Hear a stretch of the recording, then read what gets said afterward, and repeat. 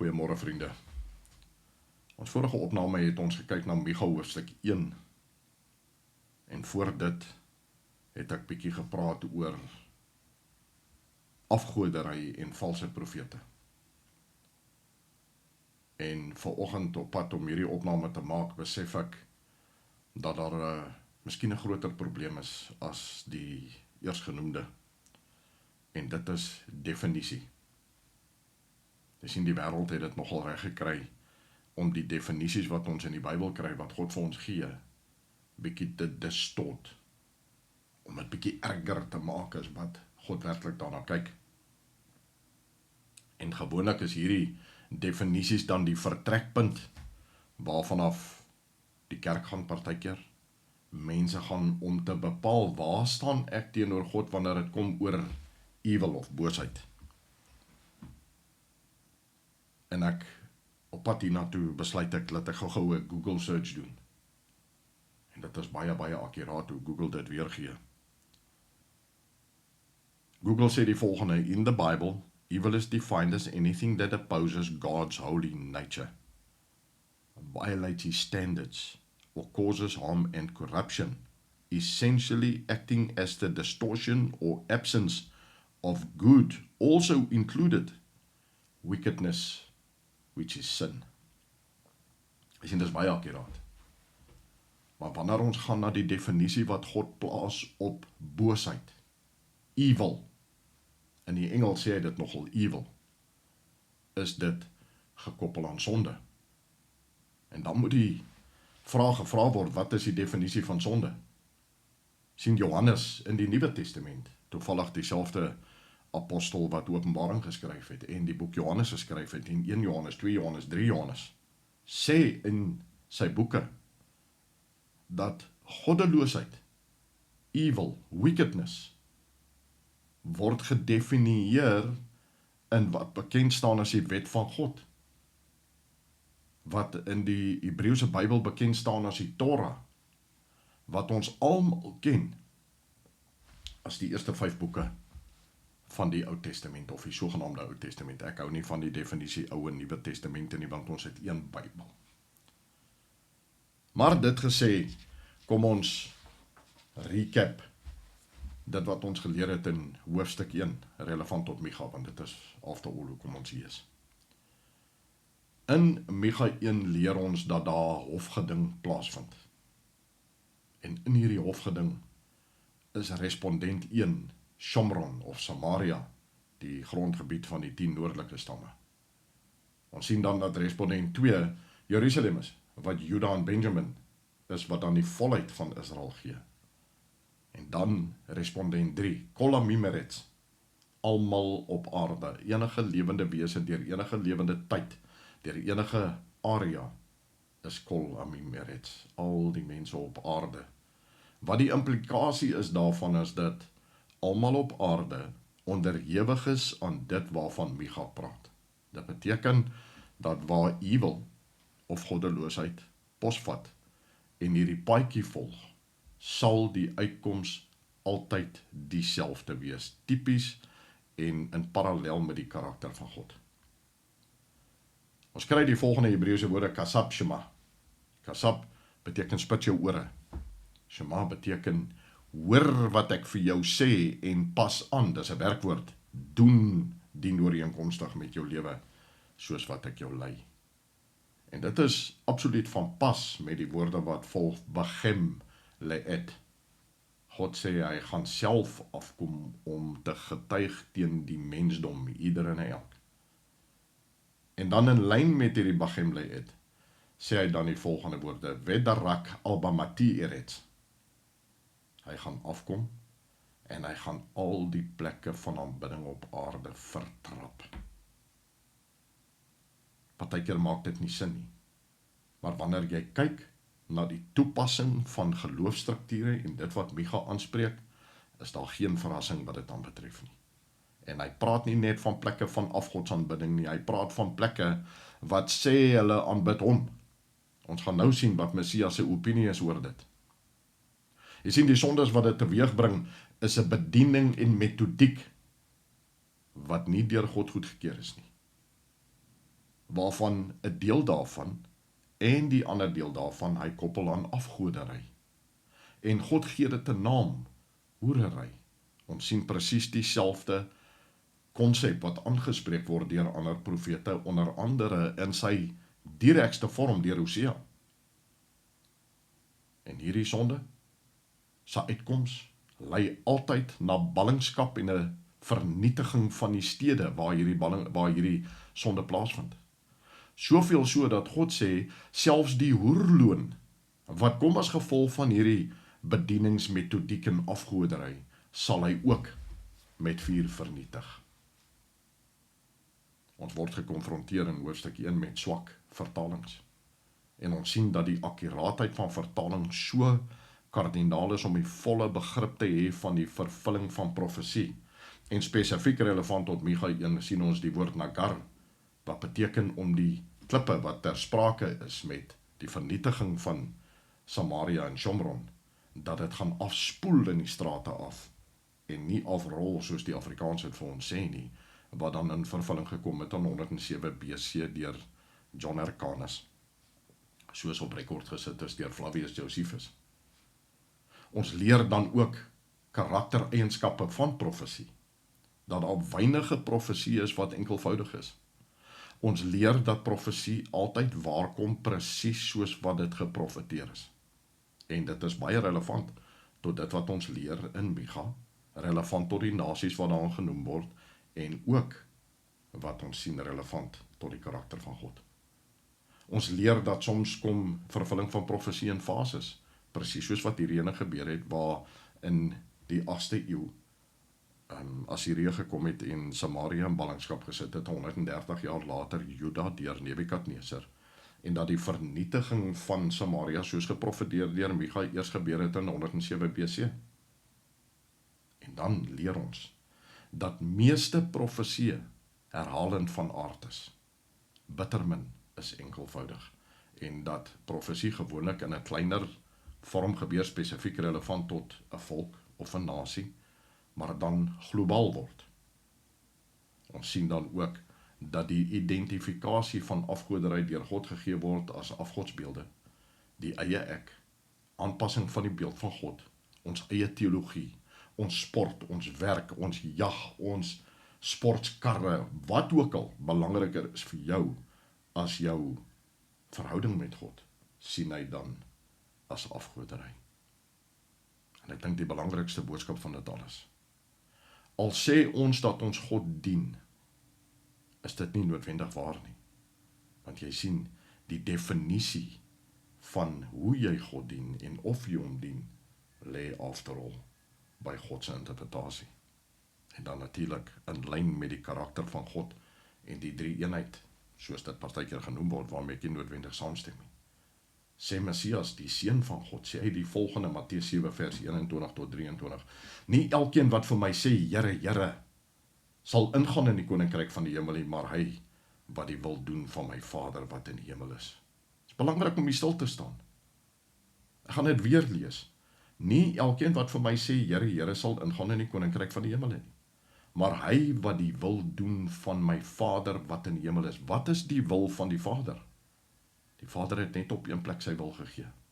En die res van die Bybel gaan oor die vervulling van daardie wil en die seëninge relevant tot dit en die vloeke relevant tot dit. En ons gaan in diepte daarop ook nogal ingaan vandag met dit wat aan Micha gebeur. Vers 22 sê, baie sal in daardie dag vir my sê, Here, Here, het ons nie in die naam geprofeteer en in die naam duiwels uitgedrywe en in u naam baie kragtig gedoen nie? Ons praat hier nie van heidene nie. Ons praat hier van mense wat verkondig dat hulle dien die God van die Bybel. En wat is sy antwoord op dit? En dan sal ek aan hulle sê, ek het julle nooit geken nie. Gaan weg van my af, julle werkers van wetteloosheid. Van wat 'n wet praat hy? Nou alvorens ons begin met hoofstuk 2, is daar belangrike goed waarna ons moet kyk, goed wat ons moet van kennis neem. En ek gaan julle uitnooi, aan die einde van hierdie opname het ek 'n opinie relevant tot Suid-Afrika en die toepassing van profesie op Suid-Afrika. Maar daarvan praat ek aan die einde. Hier sien ons in profesie, gemeet aan die gebeure in die wêreld en Israel, en spesifiek in 1948 tot en met nou, sien ons uit die Ou en die Nuwe Testament, sien ons profesieë in vervulling. Ons sien profesieë in werking met dit wat nou in die wêreld besig is om te gebeur, en veral in die laaste dekade het dit so amper asof het 'n spits bereik het en dit hardloop volspoed in die rigting wat God bepaal het. Ons sien dan in hierdie proses van die vervulling van profesie, hoe word algemeen aanvaarde kerkdoktrine tot in die fondasie afgebreek. Ons sien hoe dat mense se opinie van righteousness en geregtigheid tot op die grond vernietig word. Ons leer dat die wette van God toe nou nie tot niet is nie, soos ons nou net gesien het in Matteus 7 vers 21, waar hy sê, julle werkers van wetteloosheid, julle moet die wil van my Vader doen. Ons sien nie dat God self, en dit is waarvan hierdie profesie wat ons voor ons sien afspeel, dat God self aan die werk is. En dat Jesus, die Seun van God, hom nie vervang het nie, maar dat hulle as Echad, soos Deuteronomium vir ons die definisie gee, as 'n eenheid, die vervulling van God se wil saamwerk. En hierdie is Messias se eie woorde. So my advies wanneer ons verder gaan, Kasab Shema, spit jou ore, luister wat God sê deur die profesie, pas jou lewe aan, dis die Shema, die werkwoordgedeelte. Doen wat God se vereistes is, want Hinevederak alba Matieretz. Want kyk, ek sal afkom en ek sal jou plekke van aanbidding en jou metodiek van aanbidding sal ek vernietig met geweld. Dis die waarskuwing wat ons kry uit die woord uit. So kom ons begin met hoofstuk 2 en ons kyk wat ons kan leer vanuit die woord van God. Ons sien dan wanneer ons na Micha 1 kyk, dat Micha 1 behandel mens teen God sondes. Dis die afgoderry en die verraad teen God wat God hoerery noem. En wanneer jy gaan kyk na die sogenaamde 10 gebooie, wat in die Hebreëus bekend staan as Eser Dabar, en in die Grieks is Decalogue, dan sien jy dat die eerste been, waarvan Messias praat wanneer hulle van vra, wat is die grootste gebod? Die eerste been is behandel van hierdie 10 gebooie deur Micha 1. En dan typies die karakter van God in Micha 2 spreek dit mens teen mens sondes aan. Die tweede been van hierdie Eser Dabar, wat dan by definisie beteken dat ons lewe in die nagevolge van oortreding van die wette van God. Dit is after all nie tot niet nie. Wanneer ons nou in hoofstuk 2 ingaan, moet ons nooit uit gedagte verloor nie dat Micha is geskryf in Hebreëse poesie. Hierdie het 'n struktuur wat van kardinale belang is, en interessant genoeg by vers 3 sien ons 'n wending van dit af. So kom ons begin met hoofstuk 2. Ek sal jou aanbeveel, lees hoofstuk 2 voordat jy verder gaan, sodat jy op hoogte kan bly van wat aangaan. Micha 2 vers 1. Weet die wat onreg uitdink en kwaad smee op hulle bedde, by die morrelig voer hulle dit uit, want dit is in die mag van hulle hande. Hier gee God die karakter van boosheid. Hy gebruik 4 Hebreëse woorde wat Hasapaven Pa'alra. Hulle bedink boosheid en hulle voer dit dan uit. Nou die uitvoer beteken nie noodwendig dat hy self dit moet uitvoer nie, maar hy bring dit teweeg of hy voer dit self uit of wat ook al tervoege. Hasapaven Pa'alra beteken jy bedink die boosheid en jy voer dit uit. Dit beteken, hier praat ons van sondes met voorbedagte rade. Net 'n slukkie koffie van. Ons sien presies hierdie selfde ding word aangespreek deur Dawid in Psalm 36:5, waar hy sê hy bedink onreg op sy bed. Hy gaan staan op 'n weg wat nie goed is nie, wat sleg is, verfoei hy nie. Yeshua, Jesus Christus, sê in Markus 7 vers 21, en hy gee die absolute akkurate beskrywing van 'n bose mens in lyn van hierdie profesie. Hy sê, want van binne, uit die hart van die mens kom die slegte gedagtes, egbreek, hoerery, moord, diewery, hebsug, boosheid, bedrog, losbandigheid, afguns, lastering, hoogmoed, dwaasheid. Al hierdie booshede kom van binne uit en maak die mens onrein.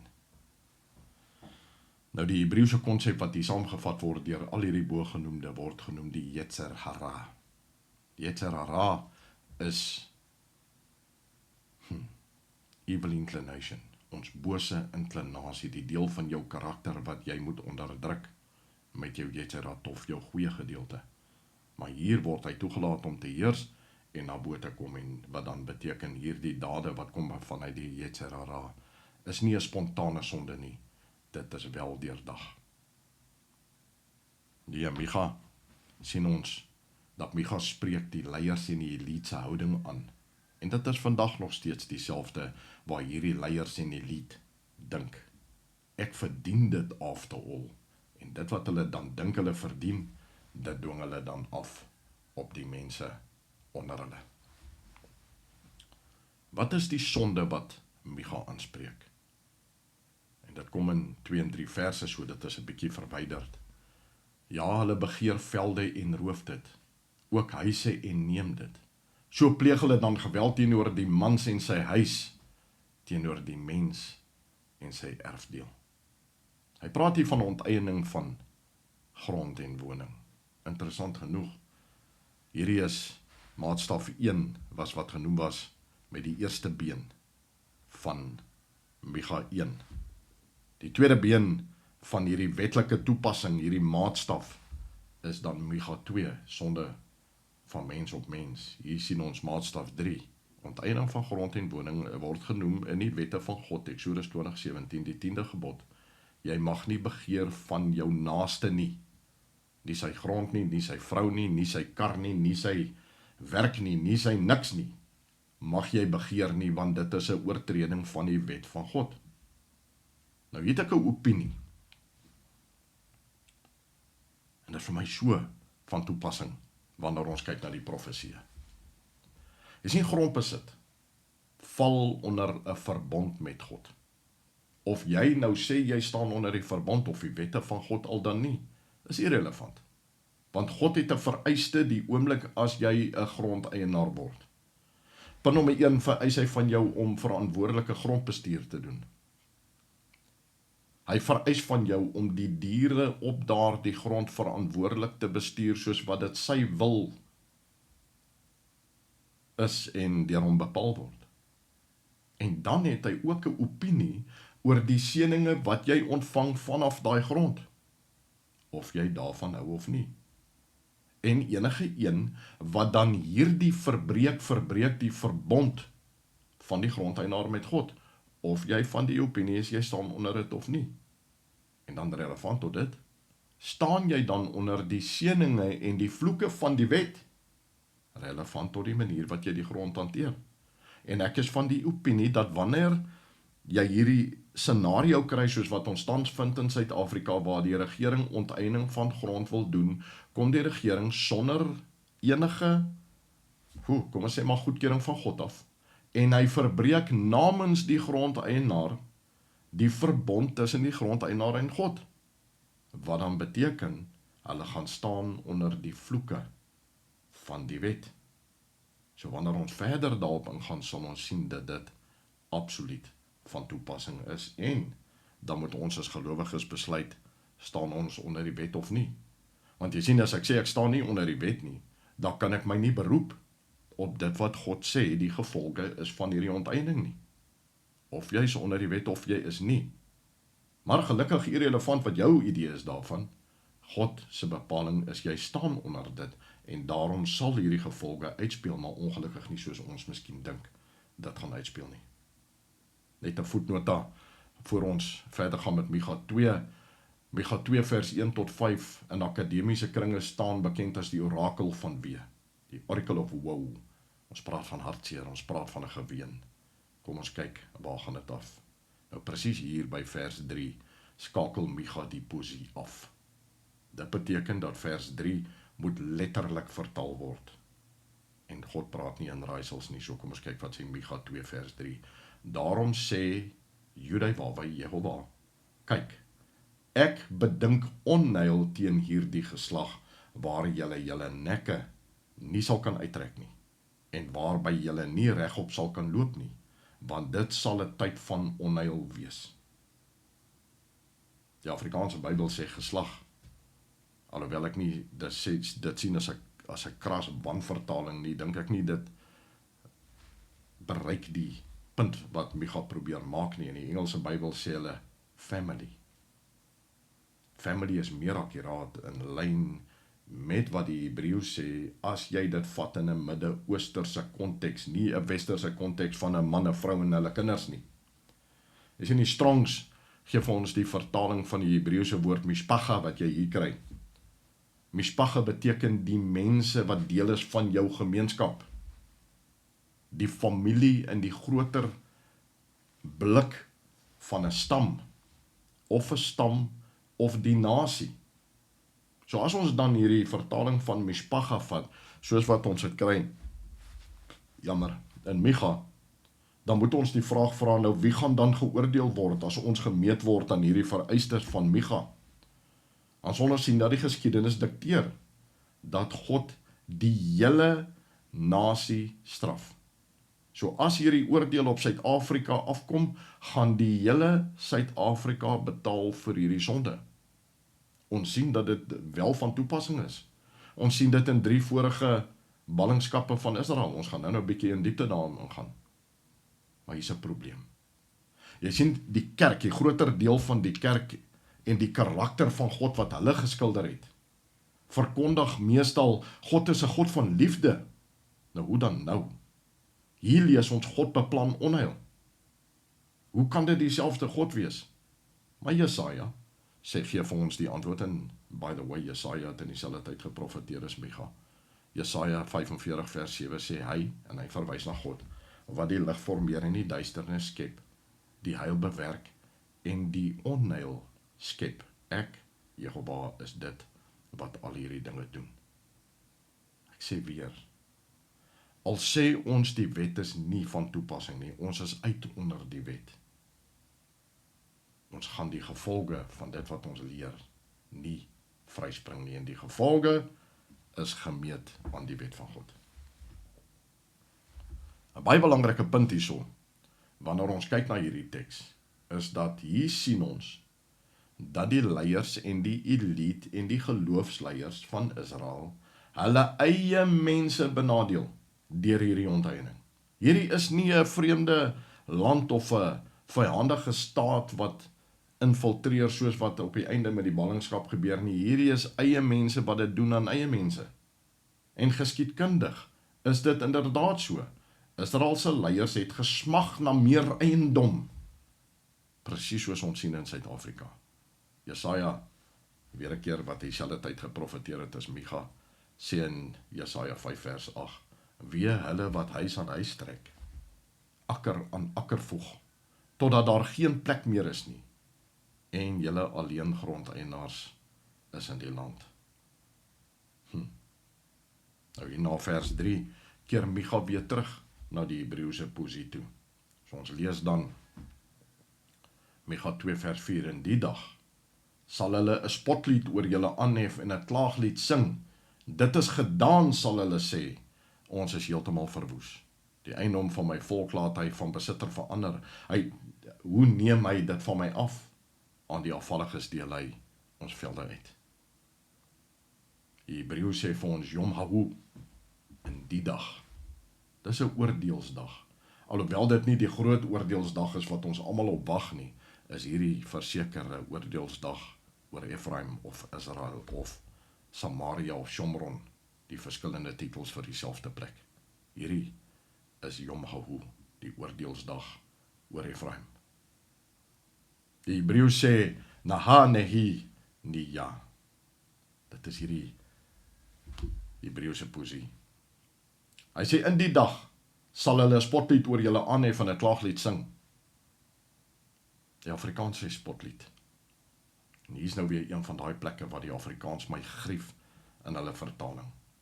Want hierdie spotlied gee die idee dat 'n gedeelte van Israel hulle verlustig in die vernietiging of die swaar kry of die whatever met 'n gedeelte van hulle eie mense, en dis vals.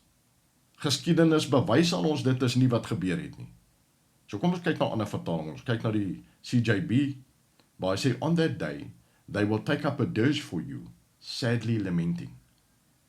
geen idee van 'n spotlied nie. Die YLT sê, in that day doth one take up for your simile, and he hath wailed a wailing of woe.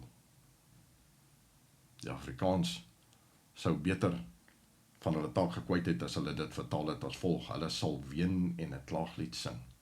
En dit is geskiedkundig meer akkuraat, want toe die ballingskap gekom het, was daar nie 'n gedeelte van elite en rykes wat 'n les betaal het en die ander het toegekyk nie. Nee, die hele volk het pa gestaan vir die ballingskap, wat natuurlik gelei is deur God homself.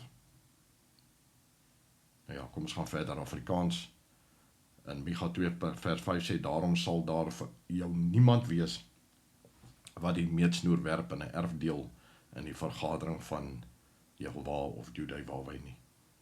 Die CJB sê, therefore you will have no one in the assembly of Adonai to stretch out the measuring line and restore the land assigned by Lot. Die Hebreëus sin speel daarop dat hierdie ballingskap gaan so behoorlik wees en so lank wees dat niemand sal kan herroep waar die familielyne loop met die indeel van die land nie.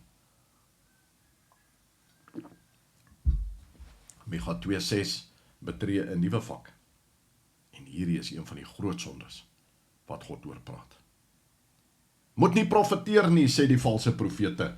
As 'n mens hieroor nie mag profeteer nie, sal die beskimping nie ophou nie. Jy sien in Micha se tyd, net soos in vandag se tyd, is daar baie profete wat profeteer vir betaling. Ek was nogal verras gewees 'n paar jaar terug, toe ek met 'n jonge dame praat, en sy sien die touwtjies wat ek dra, en sy vra, maar sy wil dit ook hê. En ek dink toe, Jesus, maar hierdie is 'n gelowige meisie, en sy sê vir my, nee, sy is in 'n skool, sy is besig om te studeer vir 'n profetes, sodat sy kan profeteer, en onmiddellik het dit my gevang, maar hoe is dit moontlik? En toe ek gaan nader ondersoek doen, toe besef ek, maar dit is waar, en dat dit in die Bybelse tyd ook so was, en veral in hierdie tyd wat afloop, van wat nou besig is om te gebeur. Maar hierso relevant op Micha, sien ons dat hierdie vals profete beveel vir Micha om nie te profeteer nie, want jy sien sy boodskap is teenstrydig met hulle sin. Hulle verkondig hierdie woorde, wat die mense van hou. Hulle gaan kerk toe, om te hoor wat hulle graag wil hoor. En as ons twyfel daaroor, Jeremia praat van presies dieselfde probleem, Jeremia 5:31.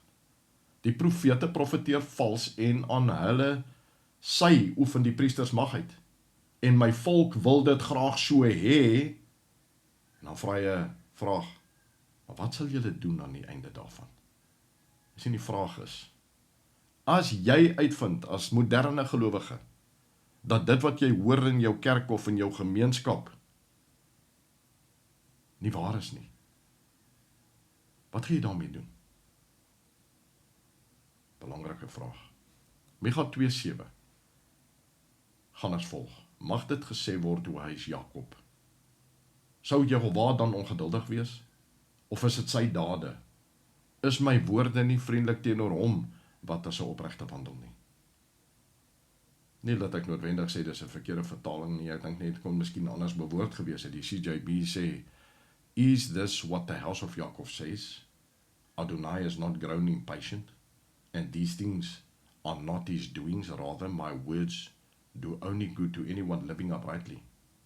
Die YLT doen vir my nogal 'n goeie job hierso. Hy sê, doth the house of Jacob say, hath the spirit of Jehovah been shortened?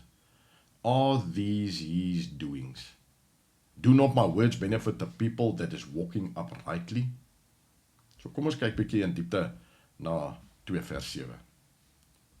Jy sien, Micha spreek 'n ding aan. Hy weet dat die navolgers van hierdie profete lewe in ontkenning. En hy vra 4 retoriese vrae. Die eerste vraag is, beweer Israel dat hierdie boodskappe kom van God af? Hierdie wat die profete bring.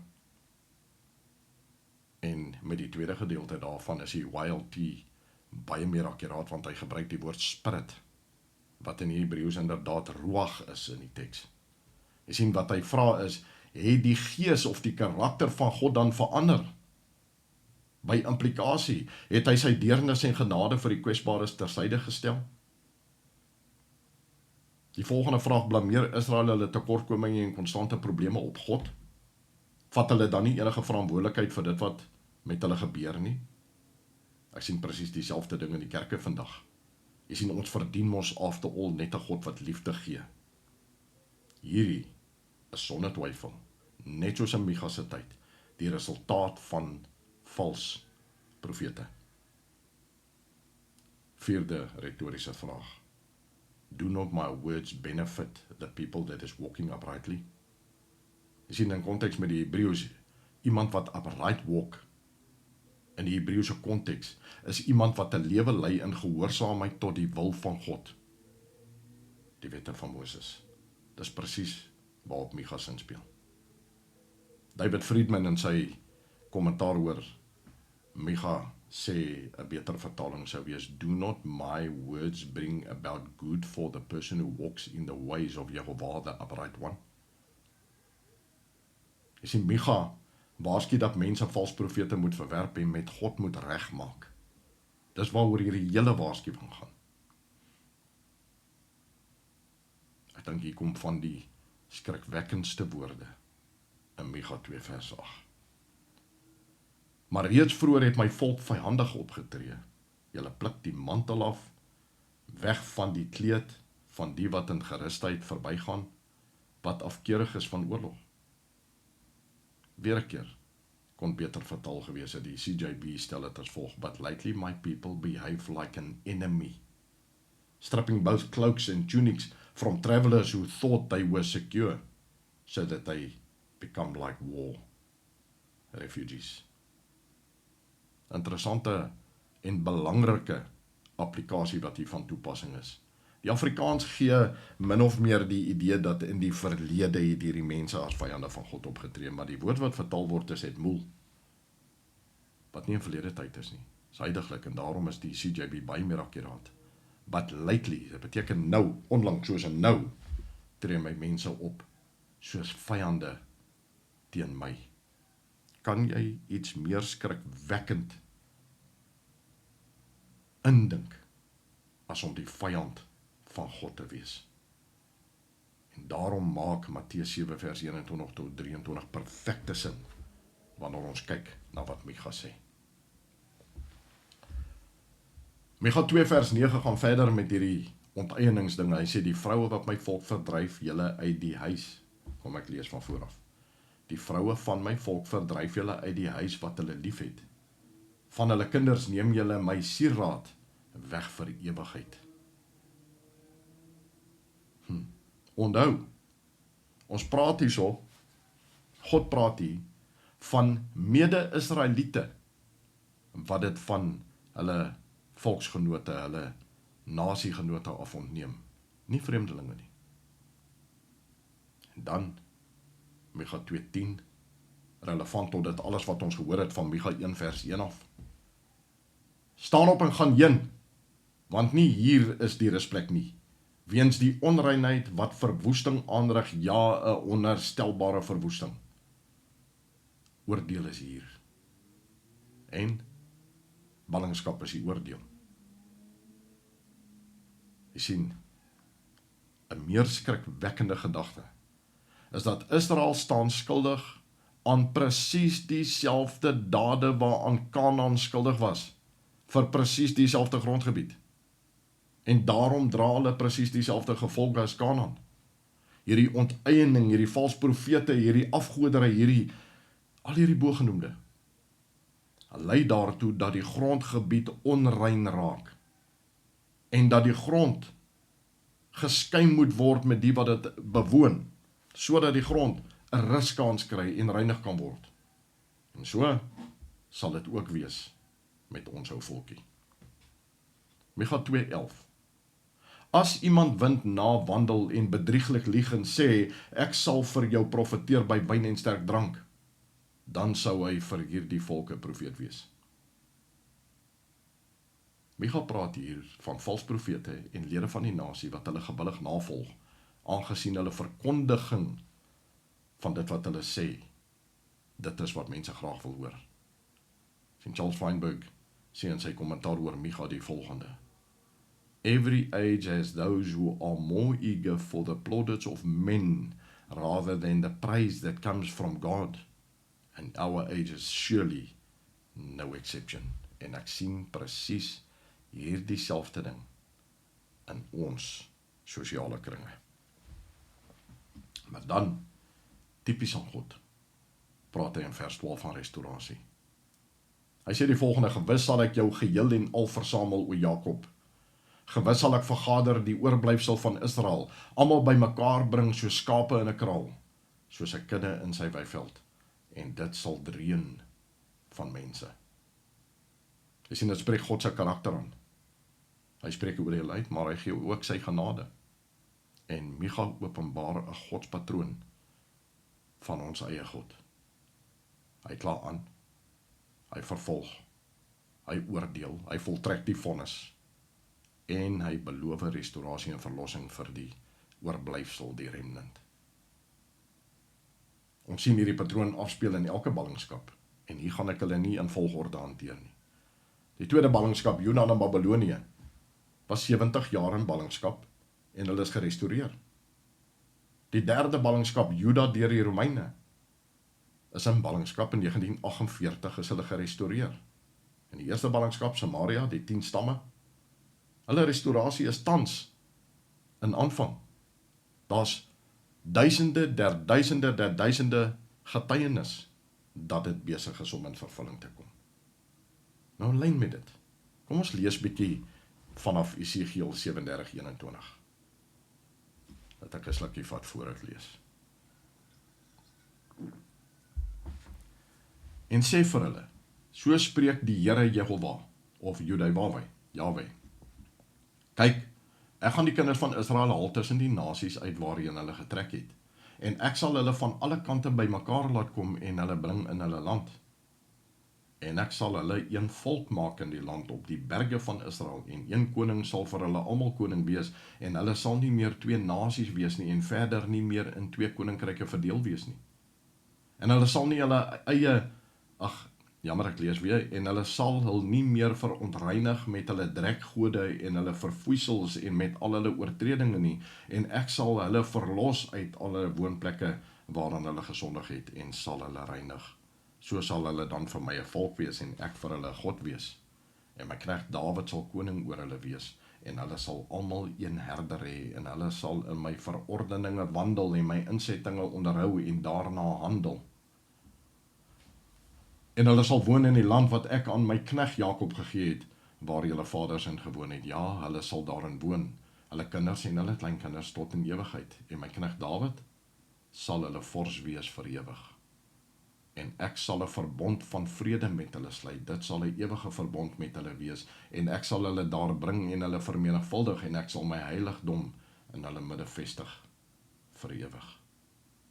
En my tabernakel sal oor hulle wees, en ek sal vir hulle God wees, en hulle vir my 'n volk wees. En die nasies sal weet dat ek Jehovah is, wat Israel heilig as my heiligdom vir ewig in hulle midde sal wees. Jy sien die belofte wat God maak, is Israel sal herstel word. Hy sê dit as volg in vers 13, die deurbreker sal optrek voor hulle uit. Hulle sal deurbreek en deur die poort intrek en daardeur uittrek, en hulle koning sal voor hulle uitgaan, en Jehovah heeltemal vooraan. Dit het en sal gebeur, aangesien dit die wil van God is, en ook die vervulling van profesie is. Hier wil ek afsluit met 'n voetnota. Relevant tot Suid-Afrika. Sover in hierdie profesie tik ons elke boks. Al wat nog in volle swang moet kom, is die onteiening. Maar jy sien, dit gaan gebeur. Want die Engelse het 'n gesegde wat sê, evil begets evil. Die onteiening is maar net deel van die simptome van goddeloosheid, van handel teen die wil van God. 'n ander belangrike aspek van evil dink nooit hy is evil nie. Hulle dink hulle doen goed. Hulle dink hulle dade dra die goedkeuring van God weg. Maar die Realiteit is evil begets evil. Dan wil ek 'n ander aspek aanspreek, relevant tot Suid-Afrika. Daar is geloofsbewegings wat beweer dat die Israel wat in Israel is nie die werklike Israel nie. En deur dit te sê, sonder om 'n oordeel te vel, misken jy die feite van die vervulling van profesie, soos dit al gebeur deur die eeue en veral in die laaste paar dekades. But I get it. Ons het hierdie drang om betekenis te hê in ons stand met God en waar ons posisie ondervind met God. Maar moenie dat daardie drang jou lei na valse, vreemde, verkeerde doktrines nie. Wanneer ek kyk na dit wat met Israel gebeur, sê dit vir my 'n paar dinge. Dit sê dat ons God is, dat hy waar is, dat al sy beloftes deur die geskiedenis sal vervul word, presies soos hy sê in ewigheid, soos hy dit sê. Al sê jy dit is nie so nie, al sê jy dit is nie Israel nie, al sê jy dat die kerk het Israel vervang, jou opinie tel nie, God se opinie tel. Maar, parallel met dit met Israel, en nou praat ek van die Israel, wat miskien nie righteous is in hulle handelinge nie, miskien nie regverdig is volgens ons definisie nie, maar nêrens het God gesê, hy gaan hulle reinstate, hy gaan hulle weer daar plaas as gevolg van hulle geregtigheid nie. Hy sê hy doen dit as gevolg van die geregtigheid van sy naam, en as jy mooi gaan kyk na die uitloop van hierdie profeseë, sal jy sien hulle gaan unrighteous wees wanneer hulle in die grondgebied kom, maar God gaan hulle verander. Parallel met dit, 16 Desember 1838 word daar 'n verbond gesluit met God in hierdie land. Jy sien, ons dink dat alles gaan net oor wat in die Bybel staan. Maar God sê in Micha 1, hy adresseer nie net Shomron en Jerusalem nie, die volheid van Israel. Hy adresseer die hele wêreld, wat dan beteken dat die parallelle wat hy vir ons skets binne in Micha en die ander profeseë, absoluut so van toepassing is op al die lande oor die wêreld.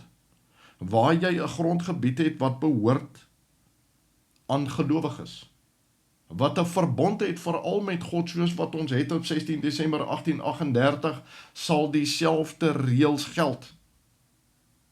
Dit beteken dat die Godvreesende het met God 'n verbond gesluit op 16 Desember 1838 en dat daardie grondgebied onderhewig is aan die gesag van God. En ons kan nou maar debatteer links en regs en heen en weer, ons sit waar ons sit as gevolg van ons eie laksheid, relevant tot ons verhouding met ons God. En dat die goddeloosheid wat daarvan af opgestaan het, en inteendeel nog lank voor 1994 begin het, daai evil, gaan sy pad moet stap. Die land is besmet met die sondes wat die Bybel beskryf. En ons kan seker wees dat ons gaan hierdie pad stap. Maar aan die einde van dit, sal die gelowiges gerestoreer word in die grondgebied wat God ons gegee het. Maar eers moet die grond gereinig word. So relevant tot dit kan ons maar terugsit, met spanning natuurlik, dophou wat is besig om te gebeur, kan sien hoe God se hand werk, en weet wat kom, ons weet wat voor ons lê, maar ons weet ook wat die uiteinde is van dit. So in plaas daarvan, om te gaan vasgryp aan enige ou grashalmpie van enige vals profeet, om dan te sê, sis en so, gaan kyk na die woord van God, want God vertel dit. God gee die prentjie, God skep dit.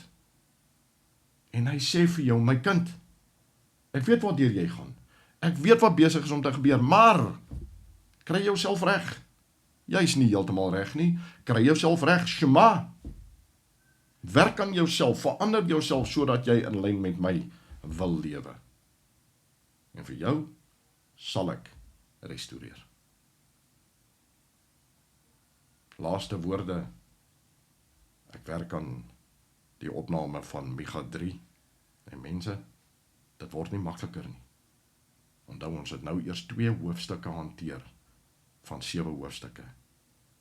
So ons het nog 'n lang pad om te stap met Micha, maar kom ons kyk, waar lei die Vader ons. Mag julle 'n baie geseënde week hê, 'n baie geseënde dag hê. Ek sê vir julle, Shalom.